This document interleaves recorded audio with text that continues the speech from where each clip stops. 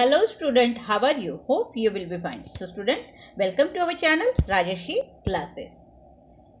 So student, today in this video we are going to learn 8th standard civics lesson number 3, the Union Executive. So this is the first lecture of this lesson. If you like the video, then request you to like, share and subscribe it, and also click the bell icon so you will get the notification of our latest video.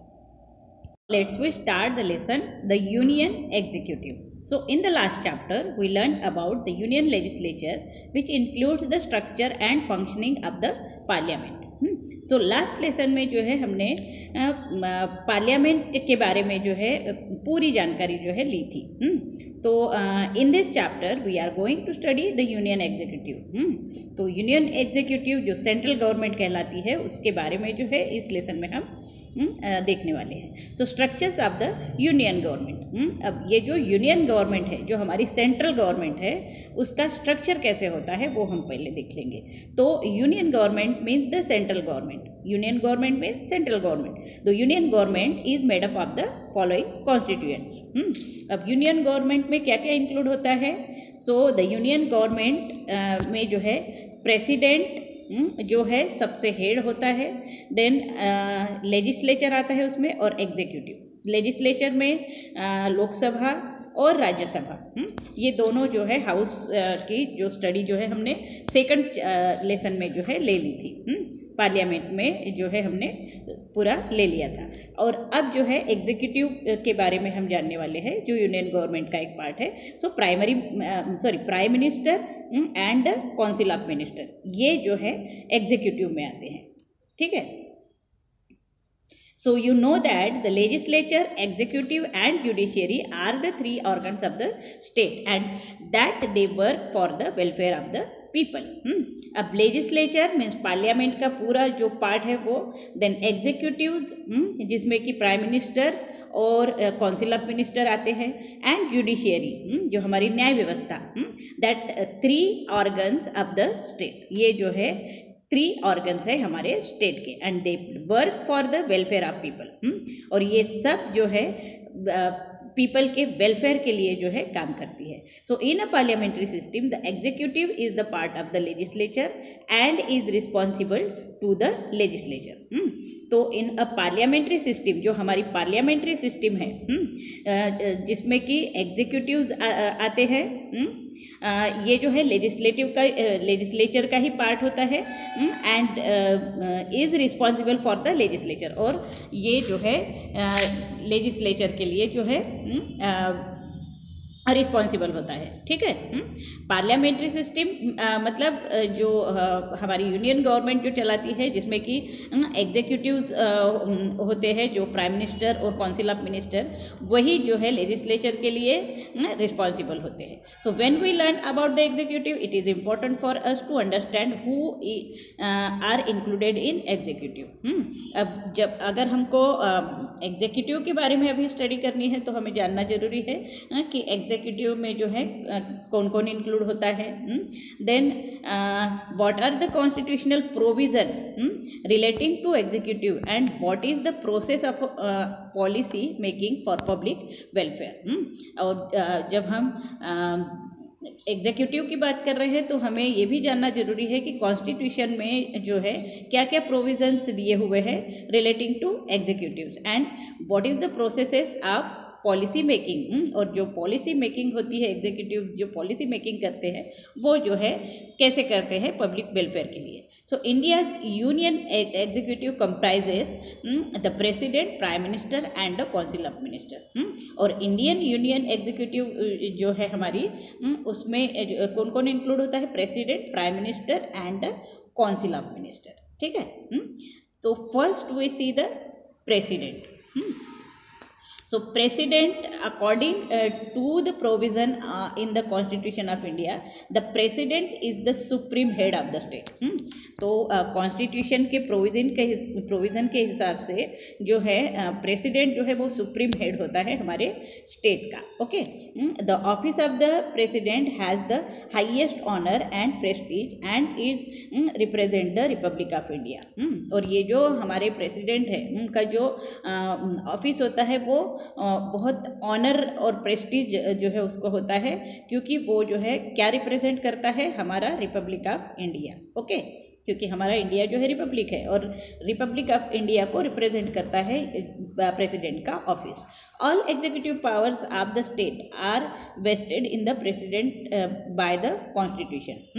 So executive powers जो है हमारे state के वो जो है president को दिए गए हैं कॉन्स्टिट्यूशन के हिसाब से. Okay, the government carries out its function in the name of the president. और गवर्नमेंट के जो भी हमारे काम होते हैं, जो भी फंक्शंस होते हैं, वो सब जो है प्रेसिडेंट के नाम से होते हैं. ठीक है. However in reality prime minister and a council of minister run the government. लेकिन रियलिटी में जो है prime minister and council of minister यही जो है गवर्नमेंट को चलाते हैं. Therefore the president is the nominal and constitutional head, whereas the prime minister is the executive head. और इसीलिए जो है प्रेसिडेंट क्या होते हैं, नॉमिनल और कॉन्स्टिट्यूशनल हेड होते हैं. कॉन्स्टिट्यूशन के हिसाब से उनको वो जो है हेड होते हैं, लेकिन नॉमिनल होते हैं. Whereas the prime minister जो है prime minister is executive head, मतलब एग्जीक्यूटिव के जो हेड होते हैं वो प्राइम मिनिस्टर होते हैं. ठीक है.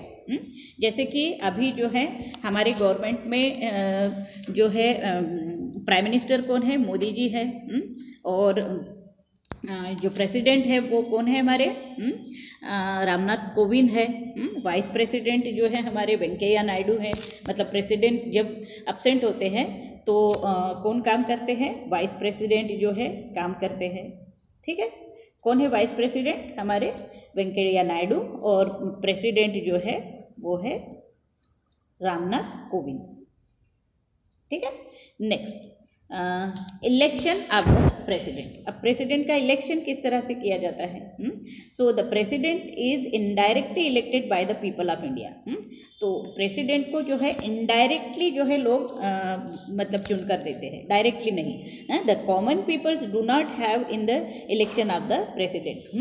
जो कॉमन पीपल है वो प्रेसिडेंट के इलेक्शन में वोट नहीं कर सकती है. So he is elected by directly elected representatives of the central and state legislator.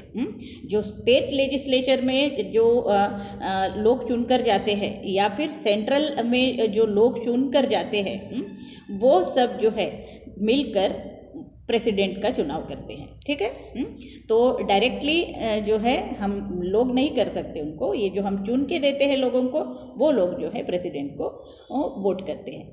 The group of this parliamentarian and members of the state legislature is known as the electoral college. और ये group जो होता है state legislature में चुने हुए जो representative है और सेंट्रल में चुन के आए वाले रिप्रेजेंटेटिव है, इसको जो है इलेक्टोरल कॉलेज जो है कहा जाता है. Then the tenure of the president is 5 year. जो प्रेसिडेंट का जो कार्यकाल है वो कितने साल का होता है, 5 ईयर्स का. The person contesting the presidential election should be the Indian citizen who has completed 35 years of the age. जिनका 35 ईयर एज है वो और जो इंडियन सिटीजन है वही जो है प्रेसिडेंट के इलेक्शन में जो है प्रेसिडेंट के लिए जो है खड़ा हो सकता है. The person elected to the position of the president has to take an oath while accepting the post. और जो पर्सन चुन कर आता है प्रेसिडेंट के सीट पे, तो उसको जो है एक ओथ यानी एक शपथ लेनी होती है जब वो पोस्ट पे होता है। तो according to the oath the president bears the responsibility of protecting the constitution and ensuring that the government runs as per the constitution. और उस जो ओथ जो होता है, मतलब जो शपथ ली जाती है, उस हिसाब से जो है प्रेसिडेंट को कॉन्स्टिट्यूशन को प्रोटेक्ट करना होता है और कॉन्स्टिट्यूशन के हिसाब से ही जो है गवर्नमेंट को रन करना होता है। Okay, the president govern in accordance with the advice given by the prime minister and the council of minister.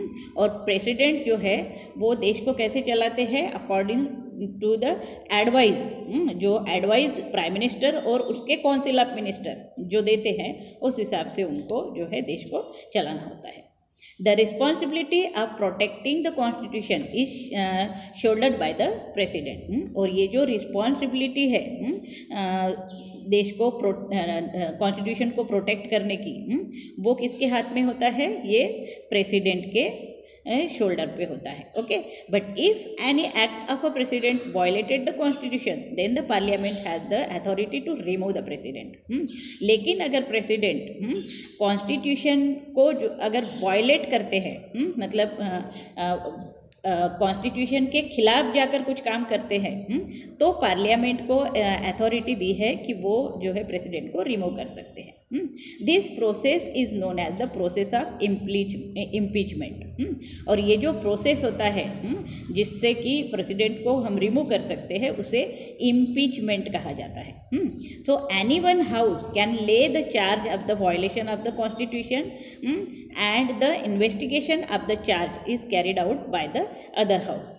तो कोई एक जो हाउस है, मतलब दो हाउस होते हैं, एक राज्यसभा और लोकसभा, तो अगर एक हाउस ने अगर उनके ऊपर चार्ज लगा दिया है कॉन्स्टिट्यूशन को वायलेशन करने का, तो जो है उस पर इन्वेस्टिगेशन करने का काम जो है दूसरा हाउस करता है।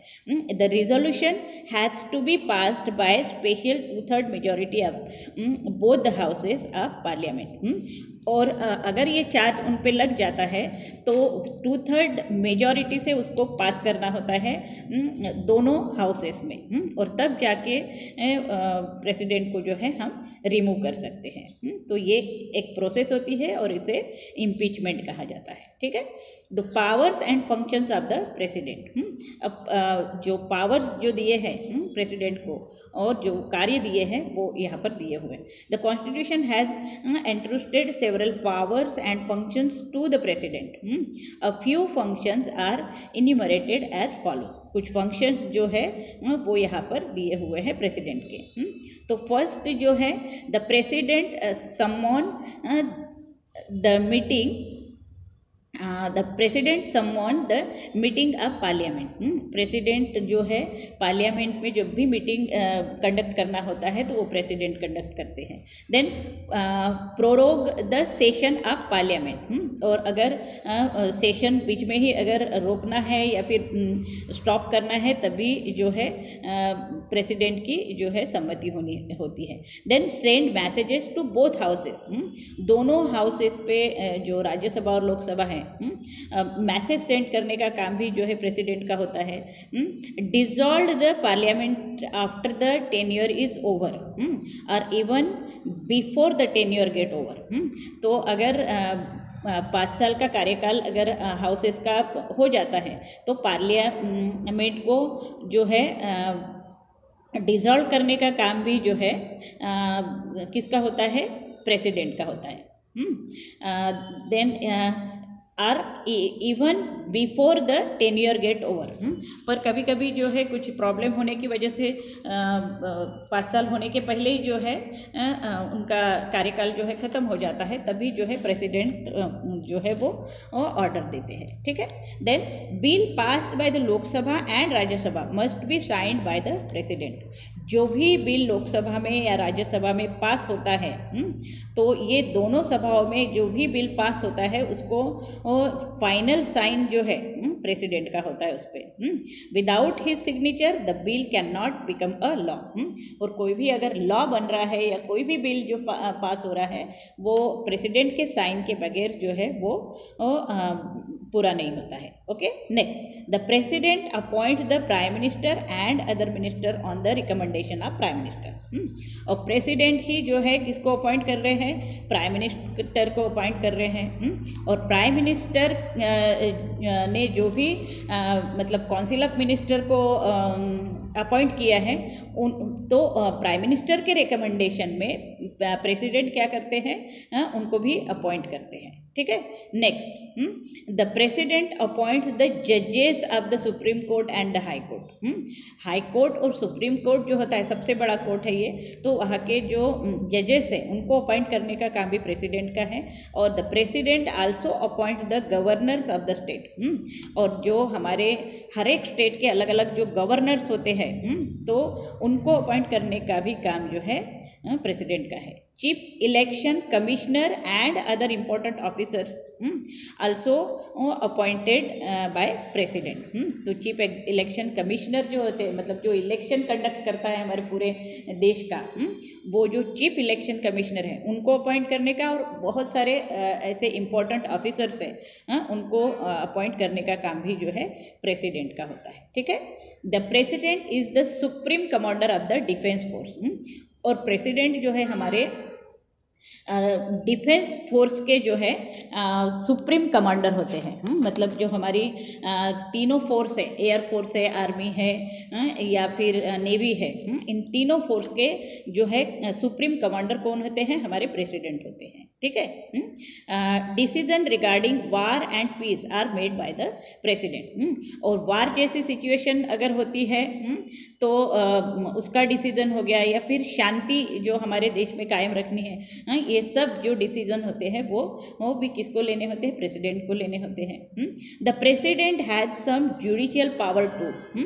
और प्रेसिडेंट को जो है न्याय व्यवस्था के भी कुछ पावर्स जो दिए हुए हैं। For instance the president has the power to reduce the punishment, grant a reduction in punishment. मतलब प्रेसिडेंट जो है अगर किसी को पनिशमेंट हुई है तो उसको कम भी कर सकते हैं, और जो है उनकी जो पनिशमेंट का जो पीरियड दिया है उसको रिडक्शन करने का भी उनको पावर दिया गया है। ठीक है, और जो है commit a sentence of a person or in special circumstances grant pardon or reprieves on humanitarian ground। और कुछ मतलब जो पर्सन्स होते हैं जिनको फांसी की सज़ा वगैरह दी जाती है तो उसको कम ज़्यादा करने का भी जो पावर है वो प्रेसिडेंट को दिया है। या फिर किसी को दया दिखाने का, कुछ स्पेशल सर्कमस्टेंसेस में अगर किसी को दया दिखाने का है तब भी जो है वो पावर दिया हुआ है, प्रेसिडेंट के हाथ में है।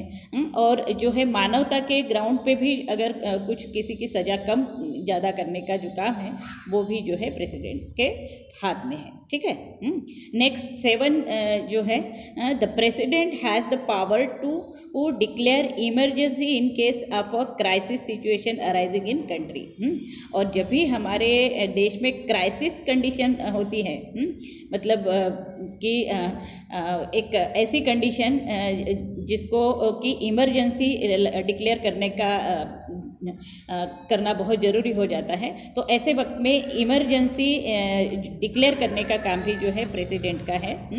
Then there are 3 kinds of emergencies mention in the constitution. और कॉन्स्टिट्यूशन में ऐसे 3 जो है इमरजेंसीज दिए हुए हैं जिसको कि प्रेसिडेंट जो है डिक्लेयर कर सकते हैं। जैसे कि नेशनल इमरजेंसी है, मतलब हमारे देश में कुछ ऐसा मतलब क्राइसिस हुआ है कि जिसकी वजह से जो है इमरजेंसी डिक्लेयर करना बहुत ज़रूरी हो जाता है, तब प्रेसिडेंट जो है उसको डिक्लेयर करते हैं।